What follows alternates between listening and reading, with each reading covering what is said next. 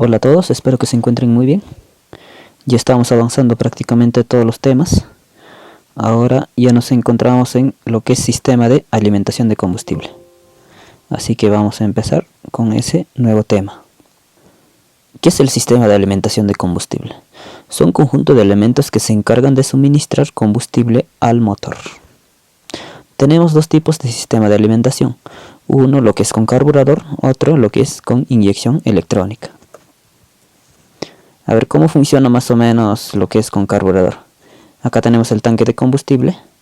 Acá tenemos un grifo que sirve para cerrar y dar pase al combustible. Y luego hay una manguera.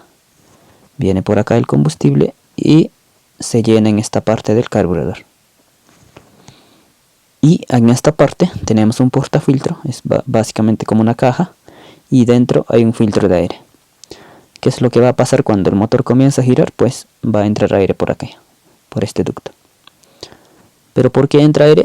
Porque este pistón al momento de bajar pues va a succionar ese aire. Entonces viene por aquí y también va a succionar lo que es el combustible.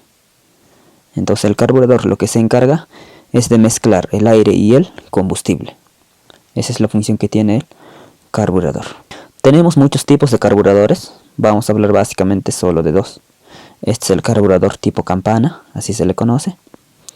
Vamos a explicar más a detalles cómo es el funcionamiento interno. Ya, en esta imagen el motor estaría en este lado, ¿sí? Y por acá estaría el filtro, el portafiltro. Cuando arranque el motor o cuando comienza a funcionar el motor, pues el aire va a entrar por aquí. Y cuando nosotros aceleramos, pues esta aguja va a subir ligeramente. Entonces, pues va a ser succionado el aire junto con el combustible. Si nos damos cuenta, por acá está siendo succionado el combustible, pues se está mezclando con el aire. ¿Y cuál es la mezcla ideal? Pues es de 14.7 partes de aire y una de combustible. Esa es la mezcla ideal. Como podemos observar, pues por acá entra el combustible y como les comentaba hace un instante, pues el combustible va a llenar hasta cierta parte.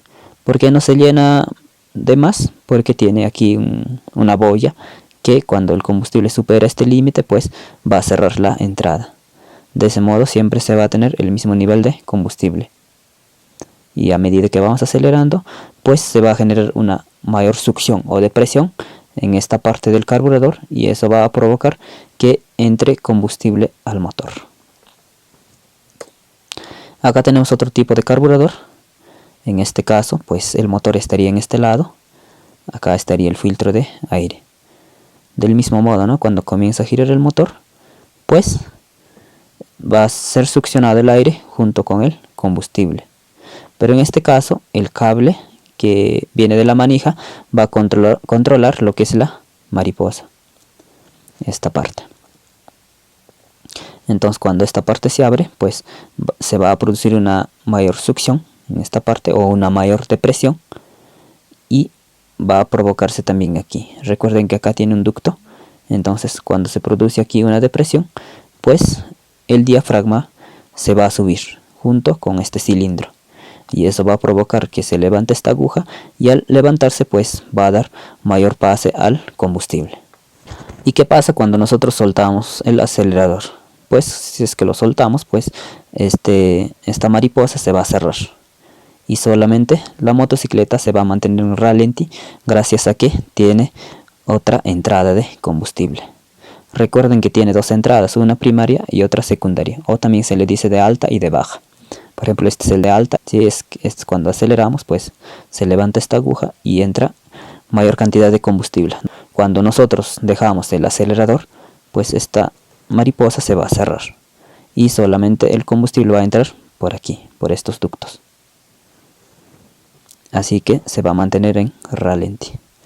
En conclusión, el diafragma, como su nombre dice, funciona con un diafragma y mediante el vacío.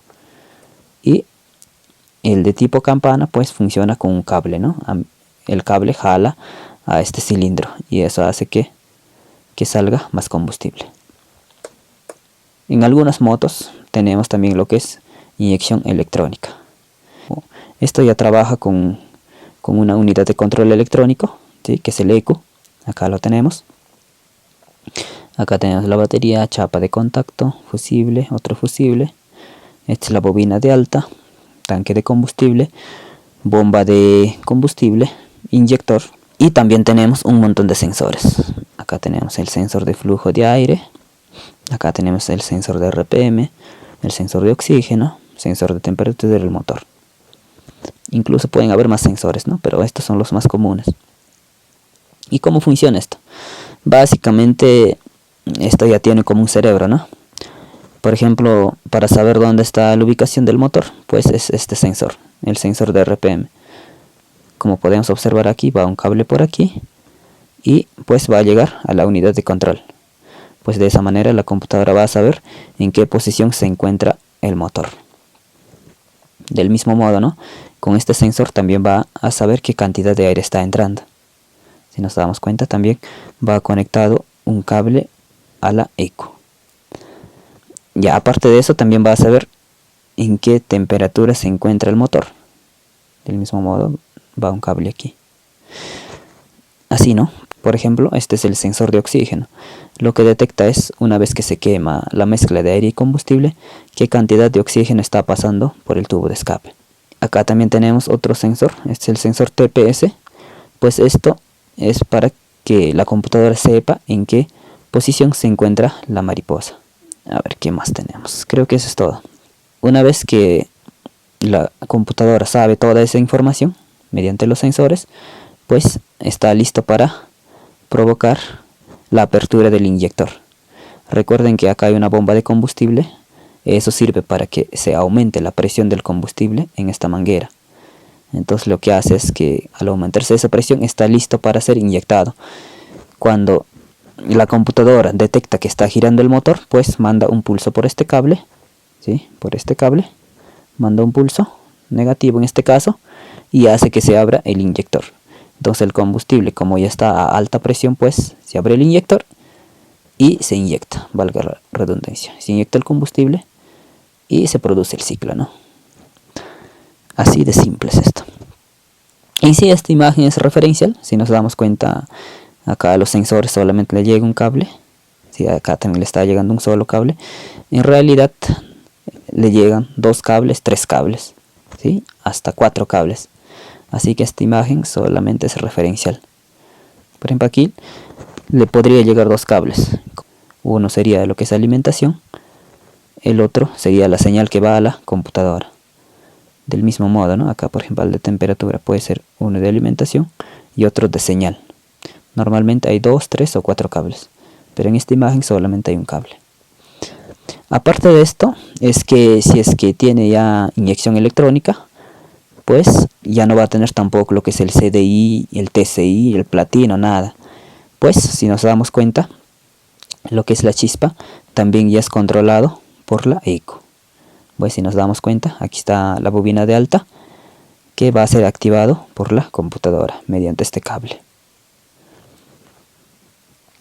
Para algunos que aún no saben, pero cómo se comunica, ¿no? el sensor con la computadora. La única forma de comunicarse que tiene el sensor con la computadora es mediante voltajes y corrientes. Digamos que a este sensor le llega una alimentación de 5 voltios y va a haber otro cable por donde va a volver 3 voltios, 1 voltio, 4 voltios, dependiendo qué tanta aire esté entrando. De esa manera la computadora va a saber qué cantidad de aire está entrando. Pues así es el funcionamiento de lo que es inyección electrónica. Desgastes y fallas más comunes. En lo que es carburador se gastan más que todo lo que son los chiquileres o espreas. ¿Sí? En lo que es inyección electrónica, pues normalmente se malogra lo que es el inyector.